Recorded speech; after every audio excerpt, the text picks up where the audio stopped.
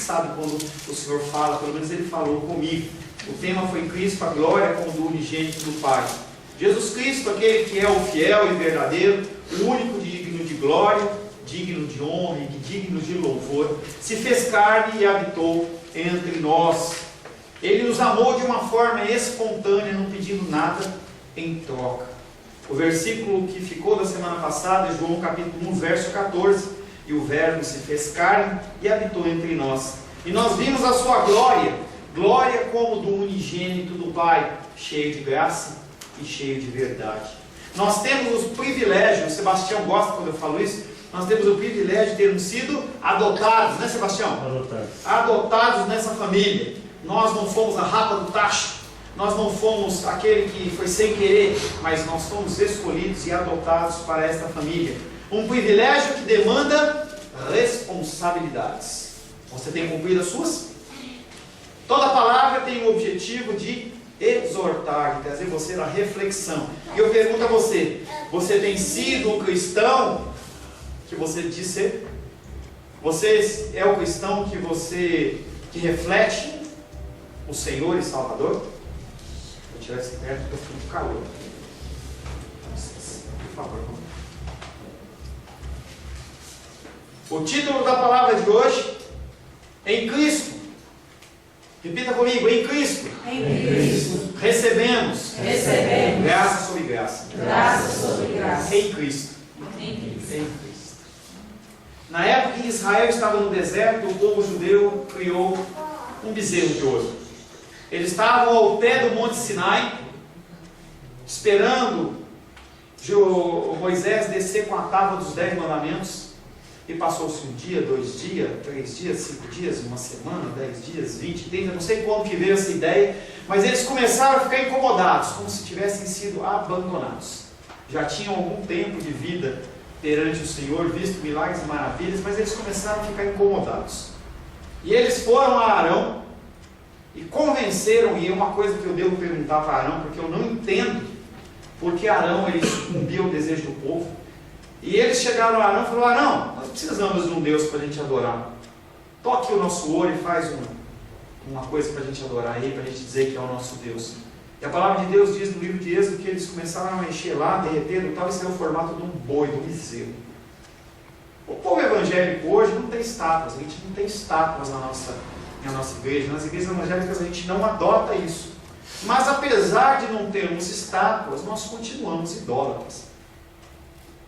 Nós continuamos idólatras. O povo de Israel lutava muito contra a idolatria. Logo pela manhã, quando a gente fala de escatologia, o irmão Sinomar, ele fala assim: mas por que matava aquele povo todo? Para não permitir que houvessem misturas de culturas e eles acabassem adorando outros deuses. Pastor, mas como que nós somos idólatras? Nós cristãos evangélicos, nós somos idólatras de uma coisa chamada bênção. Nós falamos em Cristo, recebemos graça sobre graça. Uma igreja pentecostal, a pessoa fala assim: hoje é o dia da vitória. A pessoa já pensa em bênção financeira. A pessoa já pensa em algo para ela, alguma coisa para aumentar o celeiro dela.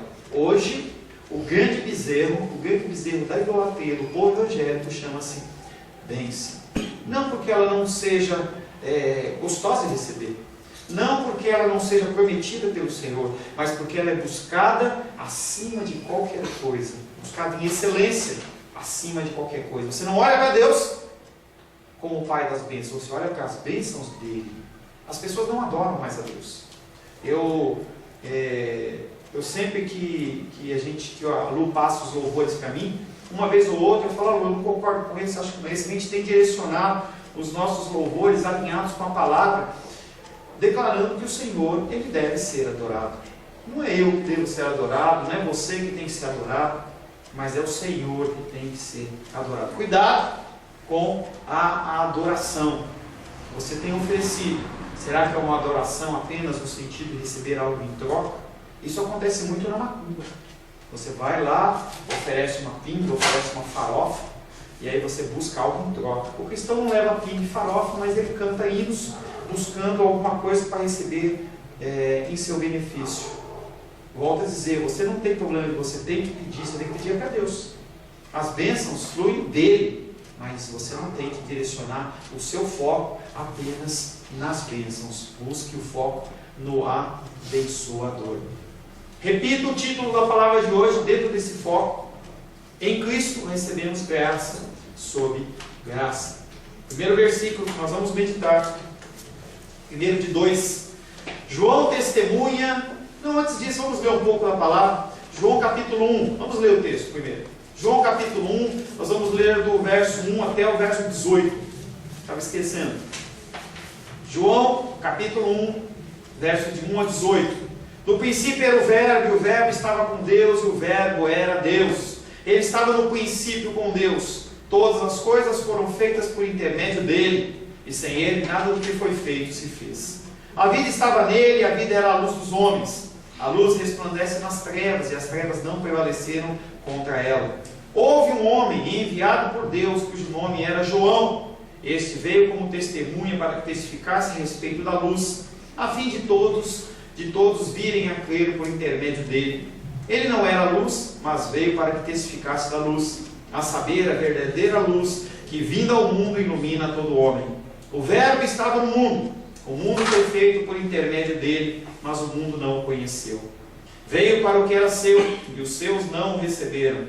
Mas a todos quanto o receberam, deu-lhes o poder de serem feitos filhos de Deus, a saber, aos que creem no seu nome, os quais não nasceram do sangue, nem da vontade, nem da carne, nem da vontade do homem, mas de Deus. E o Verbo se fez carne, e habitou entre nós, cheio de graça e de verdade, e vimos a sua glória, glória como do unigênito do Pai. Palavra do Senhor, até aqui, palavra do Senhor, amém? Senhor, em nome de Jesus, nós lemos a Tua palavra. Pai querido, se nós intentássemos ler a Tua palavra e fôssemos para os nossos lares, nós já estaríamos alimentados. A partir do momento em que o Senhor Jesus rasgou o véu, nós não necessitamos mais da intermediação de sacerdotes, nós necessitamos apenas do Teu Espírito Santo. E a Tua palavra é viva e eficaz, capaz de nos convencer do pecado, da justiça e do juízo. E eu, como ser humano, Pai, confesso que não tenho nada a acrescentar, nada que eu possa falar que seja mais relevante do que esse texto que nós lemos. Mas mesmo assim, Pai, que me coloco aqui em submissão ao Senhor, clamando que o Teu Espírito Santo me dê a capacitação de trazer um recado santo aos nossos corações, e que os nossos irmãos e as nossas irmãs possam receber esse recado como provindo de Deus, e haja mudança e transformação. Em nome de Jesus, amém. João testemunha a respeito dele, verso 15, e exclama: eis aquele do qual eu disse, o que vem depois de mim tem contudo a primazia, porque já existe antes de mim. Esse versículo ele traz a lembrança, o costume matrimonial judaico. Naquela época dos judeus havia uma lei que chamava a lei do levirato. Pastor, o que é a lei do levirato? A lei do levirato dizia o seguinte: se dentro de uma família o casal não tivesse filhos e o pai ou o marido morresse, ou irmão, um dos irmãos ou alguém da casa, primeiramente os irmãos e depois os outros da casa, ia abrindo, entendeu? Até que se encontrasse alguém que pudesse fazer isso, recebia a viúva, cuidava dela e gerava-se nela uma criança para seguir a posteridade do irmão. Muita gente não gostava disso, porque você tinha entre aspas, um fardo a mais, e ainda o filho que nascesse não era seu, mas era do seu irmão, mas era uma lei. Você não poderia simplesmente falar assim: eu não quero. Era lei. 2 textos separei. O primeiro, Deuteronômio 25:5, que é a mãe de todo o Antigo Testamento. Se irmãos morarem juntos e um deles morrer sem filhos, então a mulher do que morreu não se casará com outro estranho, fora da família. Seu cunhado a tomará e receberá por mulher, e exercerá para com ela a obrigação de cunhado. Uma situação semelhante acontece com Esther. Ruth estava com a sua sogra, com a sua nora, estava todo mundo lá em família, e aí morreu o sogro, morreu o marido da outra, e aí ela olha e fala assim, Noemi olha e fala assim: e agora? Faz o seguinte, vocês voltam para a sua terra, vocês ainda são novas, e não tem ninguém aqui que eu possa dar para cuidar de vocês. Aí Orfa vai embora, mas Ruth continua. E aí, no decorrer da história, o homem Boaz, que era da família, da linhagem, ele assume ela como mulher. Então isso era um costume. Situação que ocorre também em Ruth, conforme nós falamos. Esta que é simbolizada frequentemente pelos profetas como as núpcias. João, o apóstolo João, ele vem trazendo essas núpcias, fazendo referência ao noivo e à noiva, a Deus e o seu povo. Nós somos conhecidos como a noiva de Cristo, noiva de Cristo. Esse relacionamento, ele é tipificado aqui por João. João aplica de uma maneira figurada esse uso também à aliança. Nós temos uma antiga aliança e nós temos uma nova aliança. Esta que é simbolizada frequentemente pelos profetas como as núpcias de Deus com o seu povo. Você vai ver, vai andando pela Bíblia, você encontra muitos exemplos desses. Nos evangelhos você vê a parábola das virgens nécias e aquelas prudentes. E está falando daquele noivo que está recebendo as noivas prudentes na sua recâmara. As que são nécias, elas ficam para fora. Falando de antiga aliança e nova aliança. Na nova aliança, concebida como união nupcial, João representa a antiga aliança. E ele, João Batista, como o último profeta do Antigo Testamento, ele se coloca como resgatador. Ele é aquele que vem preparar o caminho do Senhor. Ele está ali como um filho de sacerdote. Na nova aliança ele toma essa posição. Apesar disso, Cristo passa à frente dele. Cristo passa à frente dele porque Cristo ele vem antes dele. Cristo já existe antes dele. Cristo ele é rei. Cristo ele é o próprio sacrifício. Ele é o sacerdote e ele é o profeta. E ele, por ter nascido antes, espiritualmente, ele tem a primazia e passa na frente de João Batista. Não é João Batista que é o Messias é o próprio Cristo.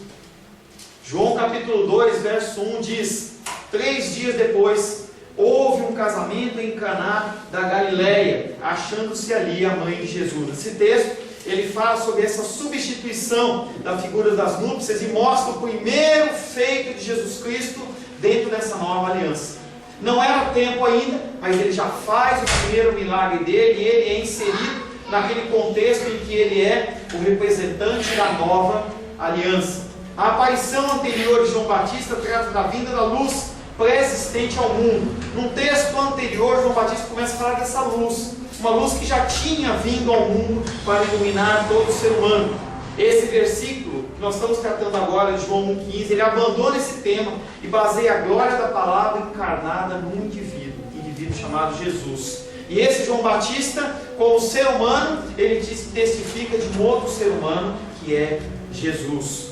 Em todos os 4 evangelhos, Jesus entrou no ministério público depois de João Batista. João Batista é aquele que tem a primazia de abrir o caminho. Em todos os evangelhos aparece isso. Mas é estranho porque eles vivem numa sociedade judaica em que o mais antigo, ele é o que tem a primazia, é as primícias. Judá, ele era uma pessoa mais antiga dentro da linhagem, ele tinha primazia sobre os seus irmãos antigos. A linhagem era sempre respeitada, nunca era passada à frente. Mas não é assim porque Jesus ele existe de uma maneira atemporal, já antes disso. Isaías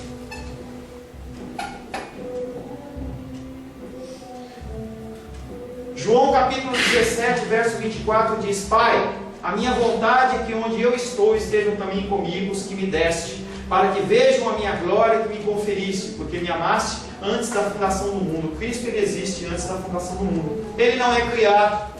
Jesus Cristo ele não é criado. Jesus Cristo ele é Deus e ele existe antes da fundação do mundo. Essa foi a proclamação de João Batista. Antes mesmo de saber de quem ele falava, ele fala daquele que veio antes. E ele diz: eis aquele do qual eu disse, o que vem depois de mim tem contudo primazia, porque já existiu antes de mim. Jesus Cristo ele é a nova aliança, mas ele já existia antes da fundação do mundo. Esse era o alvo da missão de João Batista, abrir o caminho do Senhor. A função de João Batista era simplesmente ser um porta-voz. Ele era apenas aquele que falava. Ele era apenas aquele que veio trazer os discípulos a Cristo. Ele não apontava para si mesmo, ele apontava para Cristo. Isaías 43 diz: vós do que clama no deserto, preparai o caminho do Senhor, endireitai no ermo a vereda ao nosso Deus. Ele então, João Batista, que tinha um ministério próspero, que tinha abandonado o ministério do seu pai dentro da casa sacerdotal, ele passa o bastão para Cristo. Ele simplesmente passa o bastão para Cristo. Ele sabia que ali havia acabado o ministério dele e se iniciava o ministério de Jesus Cristo. Os seus discípulos que estão junto com ele começa a mandar para Cristo. Uma coisa que hoje a gente não vê nos dias de hoje. Se você consegue uma pessoa para você, para congregar na tua igreja, você não abre mão de nada. A pessoa pode estar passando muito longe e tudo mais, mas você quer ela com você. Aqui ele entende isso. João Batista sabia disso. Que havia aquele que era a primazia, havia aquele que era realmente o Messias, e ele manda todos os seus discípulos para seguirem a ele. Nós temos que fazer isso. Não me preocupo em mantê-los na minha casa, porque na casa aqui onde nós congregamos, a minha preocupação é que você congregue num lugar onde a palavra de Deus seja falada. Cuidado, porque muitas pessoas elas se vestem com vestes de pastor, mas não são. São como lobos salteadores. A palavra chama eles de mercenários. Pessoas que querem apenas o benefício próprio. Uma das orações que eu mais faço com Deus é não olhar para vocês como cifrão. Como é isso, pastor? Nós temos despesas, nós temos coisas que nós investimos, gastos. A minha casa é mantida por vocês. Mas eu não posso me preocupar com isso. Eu não posso olhar para você e falar assim: esse é apenas um mantenedor, esse é apenas aquele que é um cifrão. Quando você passa a ter esse tipo de raciocínio, a pessoa ela passa de pastor para um mercenário. Ela passa de um pastor para um profissional. João Batista ele podia de alguma maneira ali ter batido o pé e falado assim: não, eu que sou a pessoa importante, eu sou o mais velho, eu sou o mais velho da família, mas ele não fez isso. Ele então se rende a Cristo e passa-lhe o bastão. João Batista finaliza nos advertindo que todos em que se excedem dons, porque Cristo falou que nós faríamos coisas maiores e melhores do que ele falou, do que ele fez. E João Batista ele vem falando: aqueles em que se excedem os dons, aqueles em que se excedem a sabedoria no falar, posicionamento, relacionamento interpessoal, pessoas muito bem articuladas, essas pessoas têm que tomar muito cuidado, porque na sua maior excelência, eles ainda são submissos a Cristo. Nós temos que ser submissos a Cristo. Sempre que a Lu começa, ela se coloca nessa posição, aqui no louvor junto com o João. Nós não temos capacitação, gente. Nós não somos capazes. Nós dependemos do Senhor. João Batista entendeu isso. Entenda isso. Você é dependente do Senhor. Humildade. Nós cantamos essa música hoje. Humildade. Humildade é saber se colocar como não merecedor de honra. Nunca sente nos melhores lugares. Espere que a honra lhe seja dada. Porque a quem honra, honra. Humildade, saber se colocar como não merecedor de honra. Saber se colocar como menor dos outros. E como isso é difícil. Nós vivemos num mundo em que nós somos ensinados a ser os primeiros. Nós olhamos, eu vi outro dia um outdoor que estava escrito assim: aqui nós não formamos você para ser o segundo. Qual o problema de você ser o segundo? Qual o problema de você ser o segundo, seu terceiro, seu quarto, seu quinto, seu centésimo? Não há problema nenhum, mas a sociedade ela implanta esse tipo de pensamento em nós e nós queremos sempre ser os maiores, queremos ser os melhores e nunca o nosso que nós temos ele é suficiente. Eu não estou dizendo para você ficar estancado na sua vida, eu estou dizendo para você que isso não pode ser o seu foco principal. Você tem que focar sim no presente, você tem que focar as coisas no futuro, tem que procurar prosperar. Se você quer um cargo público, se você quer um salário melhor, você tem que estudar. Não entra nessa de você ficar fazendo um concurso, ai Deus vai me abençoar. Se você não estudou, possivelmente você não vai passar. Pode ser que aconteça alguma coisa, mas é extraordinário. Então você tem que vencer, mas lutando. Mas não foque isso na sua vida. Eu não posso focar o nosso serviço ministerial na nossa igreja aqui como, não, eu tenho que ter 100 pessoas até final de 2016. E aí você tem que ter tantas pessoas até 2017. E se isso não acontecer, eu tenho que inventar alguma coisa, eu tenho que fazer uma campanha, eu tenho que fazer uma coisa. Não entre nessa. Humildade, saber se colocar como o menor dos outros. Qual o problema em ser segundo? Não há problema. O mundo diz ser um erro. Engraçado que a Bíblia fala diferente. Mateus 20:16, que eu não coloquei, fala assim: assim os últimos serão os primeiros, e os primeiros eles serão os últimos. Cumpramos apenas o nosso propósito, sem soberba, porque tudo vem dele.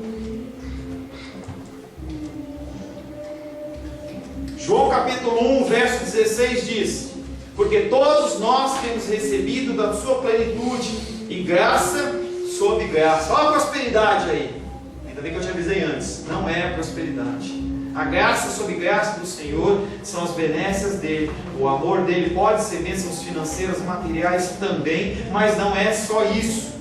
João agora se põe a pregar sobre o ofício de Cristo, o qual contém uma abundância tal de bênçãos, que nada em relação à salvação, nada no contexto espiritual tem que ser buscado fora de Cristo. Ele é o único. Não adianta você ir atrás de pastor, bispo, denominação, nada isso te acrescenta em nada.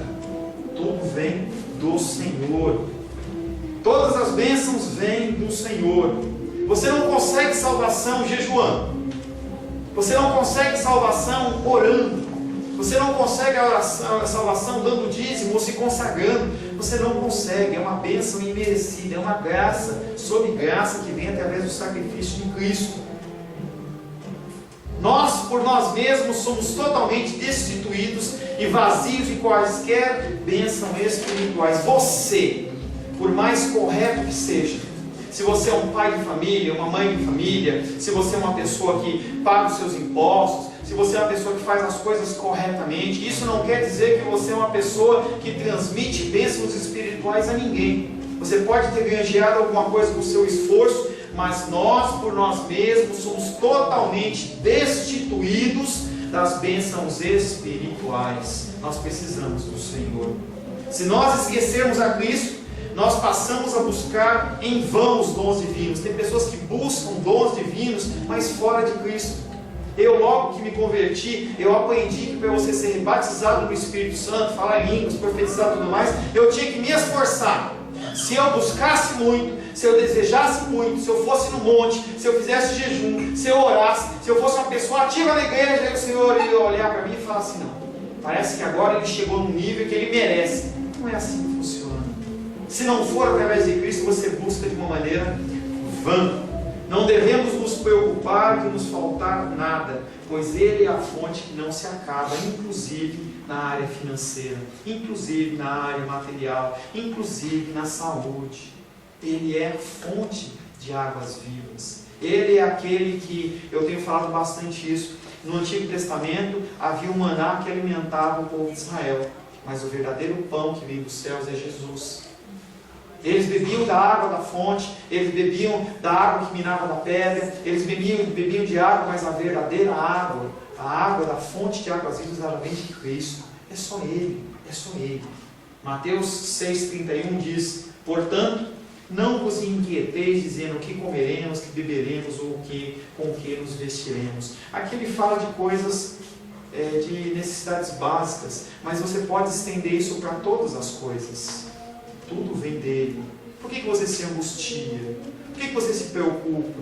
Por que você permite que o teu organismo sofra? Porque o nosso organismo, isso é biológico, ele sofre com as nossas ansiedades, angústias e preocupações. Quando você é uma pessoa muito angustiada, você é uma pessoa muito ansiosa, você é uma pessoa que está preocupada com tudo, você não descansa, o seu corpo ele é que nem um fusível. Para você não ter aquele ataque cardíaco, estoura uma úlcera.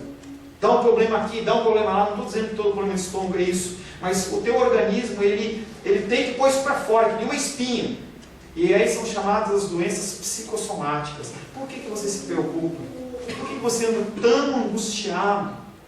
O Senhor, Ele é aquele que nos dá a provisão. Ele fala, portanto, não vos inquieteis. Você não tem que ficar inquieto. Não é para você ficar parado. Não é para você não fazer nada. Estou dizendo para você que você tem que andar no Espírito, você tem que andar em confiança no Senhor. A partir de João Batista, o grupo cristão reconheceu a realidade de Jesus como fundador da comunidade da nova aliança. Jesus é o fundador da comunidade da nova aliança.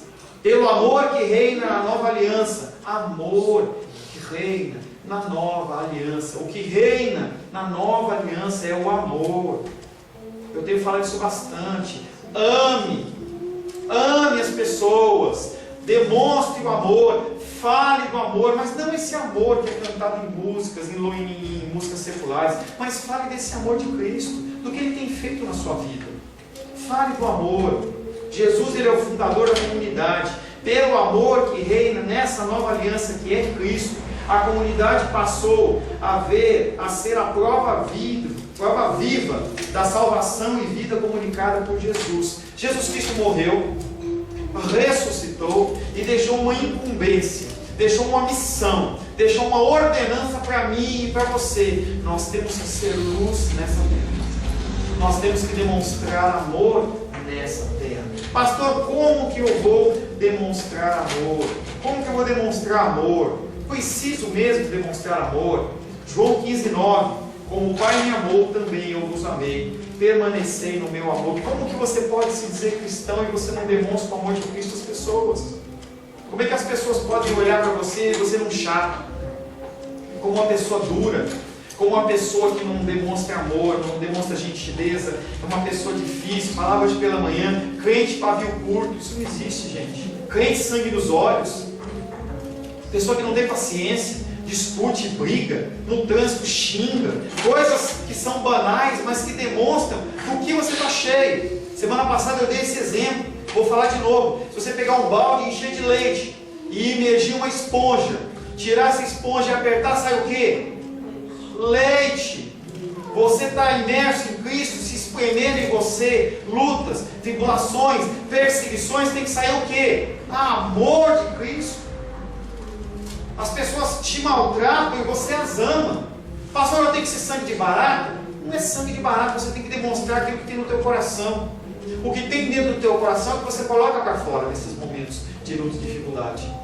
Porque no momento que está tudo certo, hoje logo, agora no finalzinho da noite, eu conversava com a irmã dos Reis, que ela estava chegando, ela olhou para mim e falou assim: pastor, perdi a aula do dominical. Eu falei: o que aconteceu, irmã? Perdeu a hora? Ela falou assim: não, tinha um carro na frente. O carro da minha netinha estava lá na frente e eu não quis acordá-la. Podia ter brigado, podia ter xingado, podia ter batido na porta e falado assim: e aí, você não sabe que eu tenho igreja de manhã? Mas não, ficou lá quietinha no cantinho dela. Demonstração de mansidão.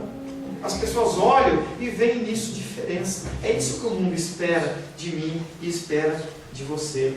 O amor e a lealdade que brilhavam com a glória do Filho unigênito transferiram-se para mim e para você. Você consegue entender isso? Você consegue entender a profundidade disso? A glória que estava em Cristo foi transferida para a igreja. A igreja sou eu e você. A igreja não é representada por paredes. Se fosse, a nossa parede estava com muita pouca fé, né? As paredes quebradas, entendeu? Mas não, isso aqui é um lugar físico.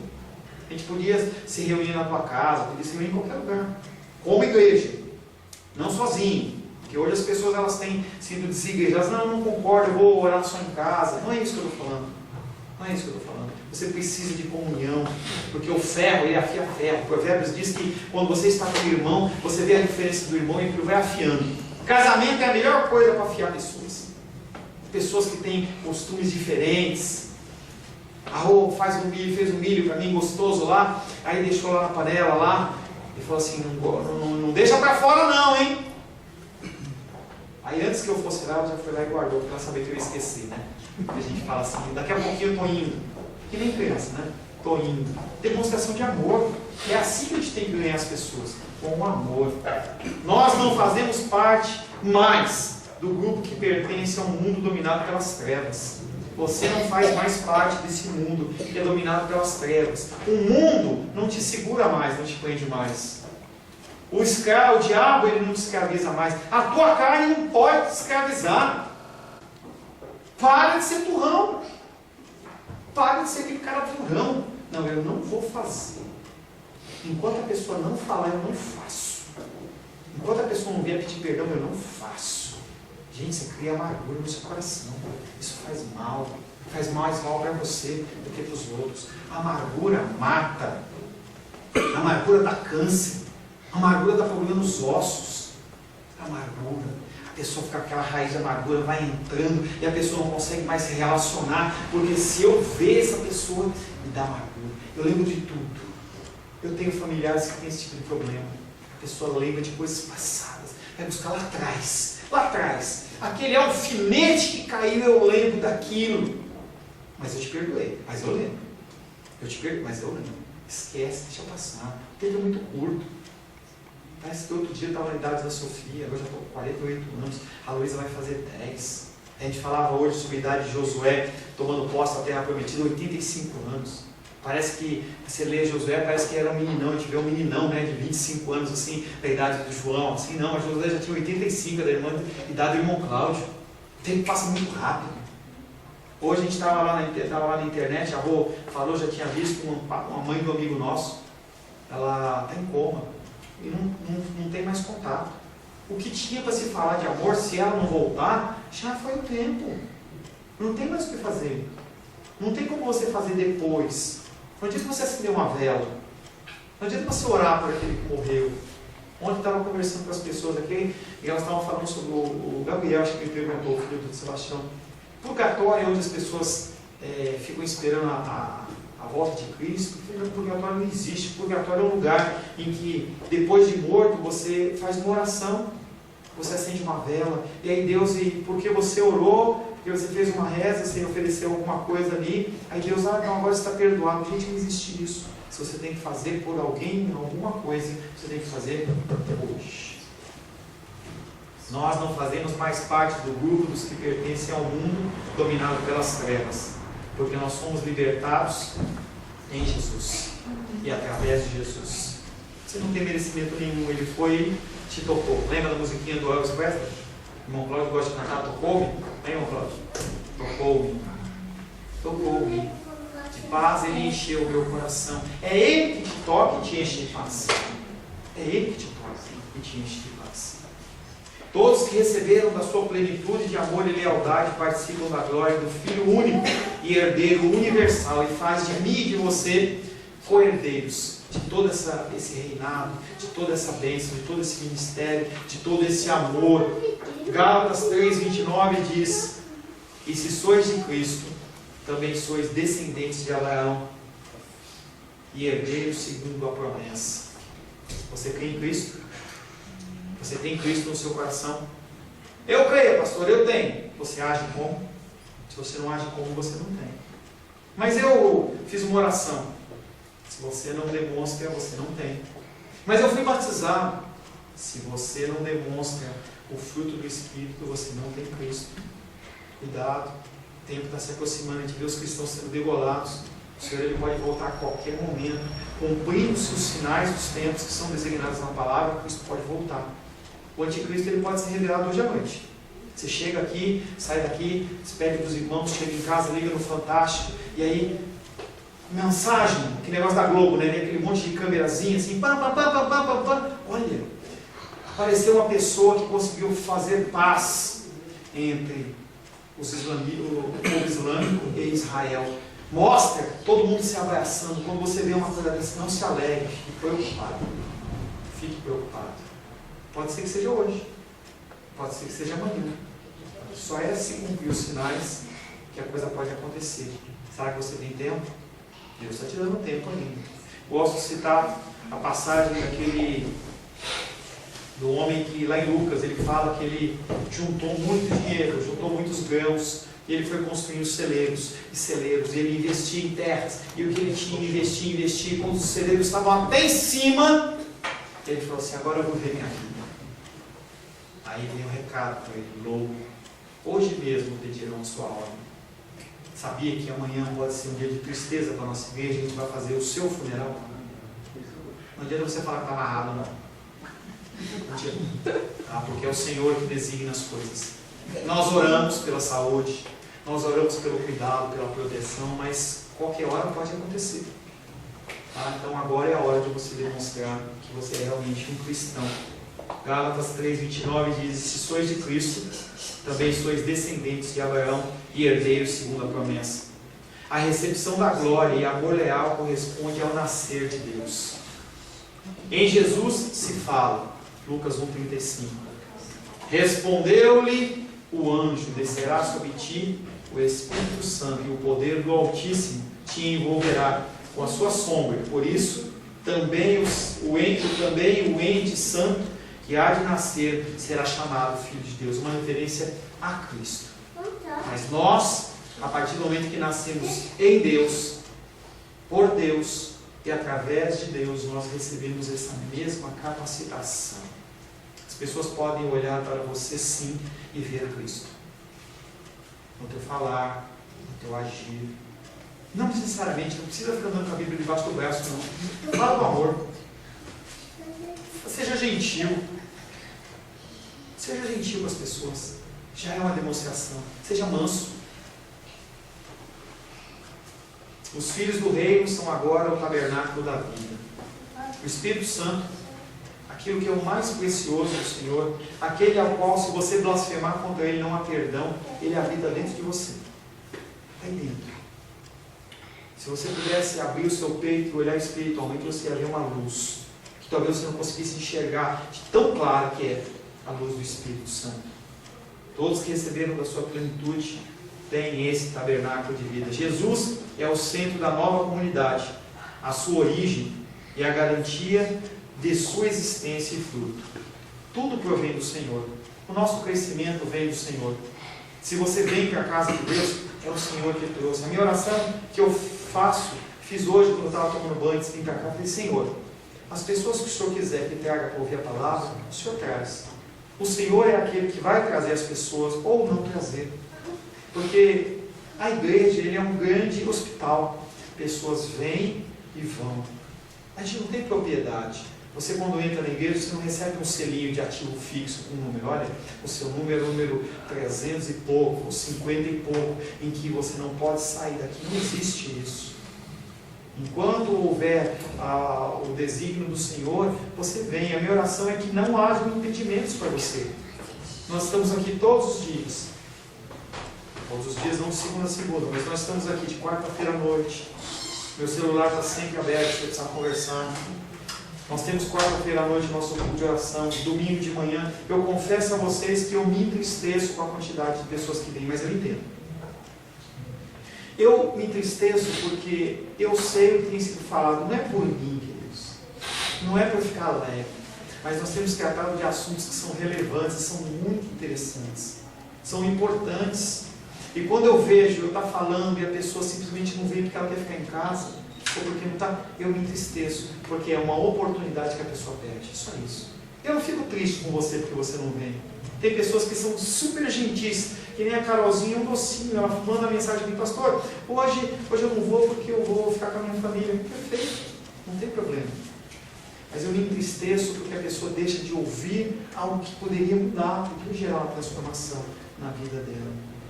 Ao comunicar o seu amor, Jesus nos comunica a sua glória. Glória que resplandece na comunidade. João 17:22 diz: eu lhes tenho transmitido a glória que me tens dado, para que sejam um, como nós o somos. Nós temos a glória de Cristo em nossa vida. Por que nós vivemos o que nós vivemos? Como nós vivemos? Não estou falando de riqueza. Tira esse conceito do teu coração. Tira esse conceito da tua vida que tudo é para a sua satisfação, para a sua manutenção. Não é isso, gente. Nós somos chamados para o sofrimento. Nós somos chamados para tomar a cruz e seguir Cristo. Nós não somos chamados para ir num carro de BMW. Você pode ter sua BMW, não tem problema nenhum. Não comum com a ideia de que a pessoa tem que ser pobre. Não é isso. Mas nós temos que olhar as coisas do reino como mais importantes. Esse amor de Deus, ele é demonstrado e comunicado. E ele foi representado por um sacrifício. Sacrifício de cruz. Nós somos chamados para a mesma missão. Propagar o amor. Ame as pessoas. Demonstre o amor para as pessoas. Amor esse que pode estar contido num bom dia. Sabia que você demonstra amor quando você fala bom dia para as pessoas? Às vezes a pessoa passou uma noite angustiada e ela quer simplesmente que você fale para ela assim, bom dia. Ela quer se sentir amada. Uma gentileza. Abra a porta para alguém. Caiu alguma coisa, se incline e pegue. Pastor, mas isso é evangelizar? Gente, isso é evangelizar. É assim que Cristo fazia. Ele fazia coisas naturais. Demonstre amor. Demonstre alegria. Demonstre paz. Demonstre longanimidade. Benignidade. Tenha pensamentos bons. Benignidade é você ter sentimentos bons. E também seja bondoso, coloque em prática. Eu falo para você do alimento, você fala assim, poxa, eu vou chegar em casa e eu vou trazer um alimento, porque eu sei que aquelas criancinhas estão precisando de um alimento. E aí você tem esse pensamento benigno, mas se você não coloca o pensamento em prática, você não é bondoso. Seja bondoso, seja fiel, seja manso, tenha domínio próprio. Todas as manifestações do fruto do Espírito, que está em Gálatas 5. Isso não tem medida. Você pode amar à vontade. Não é que nem prato de macarrão, não é que nem comida que você comer muito você passa mal, não. Pode demonstrar amor à vontade, não vai faltar. Pode demonstrar alegria, seja um alegre, sorria. Sorria. Outro dia a pessoa estava conversando com a gente lá em casa, estava falando assim, que a filha olhou para ela e falou assim, mãe, você não sorri. A pessoa ficou assustada. Eu não sorri? Aí passou um tempo, a pessoa estava sorrindo. Mamãe, você está sorrindo. Gente, você tem Cristo no coração, você tem que sorrir. Não pode ter essa cara emburrada, parece um bulldog. Cara de bro, não é de bulldog, esse é de bulldog. Bulldog semana passada. De bulldog, aquela cara, aquela show, aquela cheia de pelão. O pessoal fica até com medo de tirar a terra. Seja uma pessoa contente, alegre, você tem o dom da vida. Se você morrer hoje, você vai morar com o Pai. Nunca vai te faltar alimento, nunca vai te faltar vestuário e moradia. Quem fala isso é Deus. Não andeis ansiosos por coisa alguma. Por que você está preocupado com o que você vai comer, beber, vestir? Por quê? Ele está falando que não vai faltar isso para você. O mundo não tem isso. O mundo ele é motivado por o que você pode me dar em troca. O pessoal pode fazer um favor para você, mas ele espera que você faça algo em troca para ele. E se você não fizer o favor para ele em troca, ele vai falar assim, cara ruim. Eu fui lá e dei uma carona uma vez para uma pessoa e a pessoa não me deu nenhum obrigado. A pessoa, quando eu preciso, não me ajuda. Nós temos que fazer a coisa de maneira espontânea. O mundo não ensina assim. O mundo não tem isso. O mundo não tem amor. O mundo não tem paz. O mundo não tem mansidão. Não tem bondade. As pessoas não têm bondade, amor. As pessoas não têm bondade. Traficantes fazem obras sociais. Você sabia disso?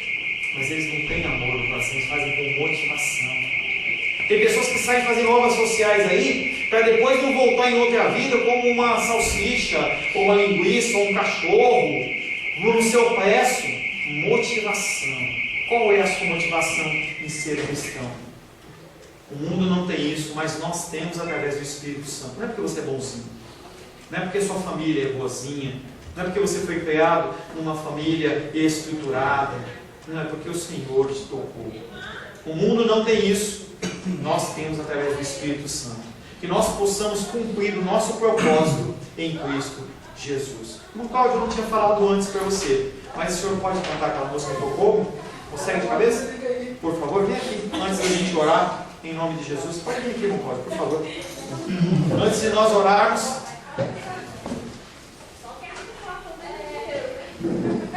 música conhecida. A história diz que Elvis Presley, ele, no momento inicial da sua vida, ele era um cantor gospel.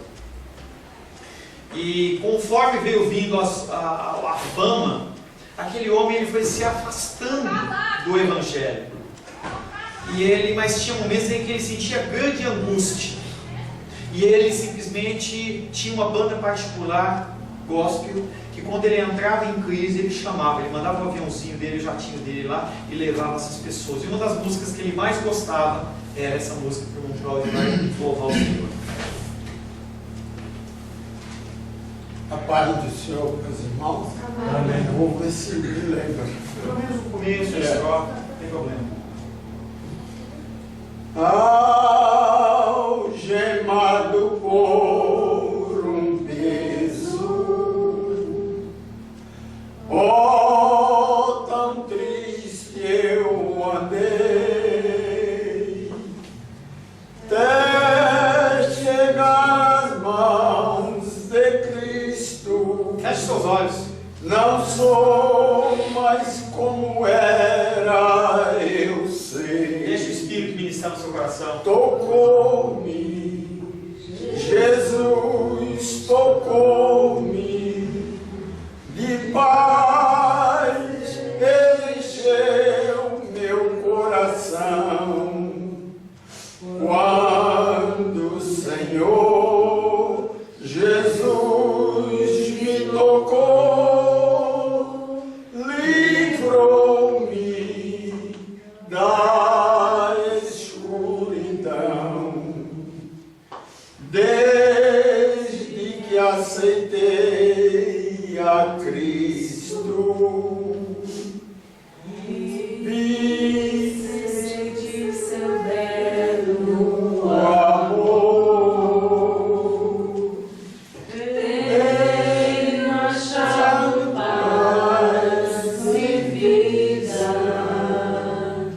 Para sempre cantarei seu amor. Tocou-me, Jesus tocou-me, de paz Ele encheu meu coração. Quando o Senhor Jesus me tocou, livrou-me da escuridão. Senhor, em nome de Jesus, te louvamos, te adoramos, te bendizemos. Nós, Pai querido, somos destituídos de graça por nós mesmos. Nós, Pai querido, não conseguimos buscar dons espirituais pelas nossas forças. Nós, Pai querido, sem o Senhor, nós estamos perdidos, largados, nós somos imundos, Pai. Mas o Senhor nos tocou. O Senhor, Pai querido, nos tocou no nosso coração e nos encheu de paz. Aleluia. Ainda há muita coisa a ser feita nas nossas vidas, Pai. Por isso nós clamamos ao Teu Espírito Santo que continue cuidando de nós, nos tratando, nos corrigindo. E como Moisés falou, Pai, que não se afaste de nós, Pai. Que o Teu Espírito Santo não se afaste de nós, Pai. Porque como que nós podemos, Pai, saber que nós estamos andando corretamente se a Tua presença não vai conosco, Pai? Nós hoje não temos uma coluna de fogo, nós hoje não temos uma coluna de nuvem para seguir, mas temos a Tua Palavra. A Tua Palavra que é implantada nos nossos corações, a partir do momento que o Senhor nos tocou. Te louvamos, Senhor, em nome de Jesus. Amém. Amém. Glória a Deus. Amém.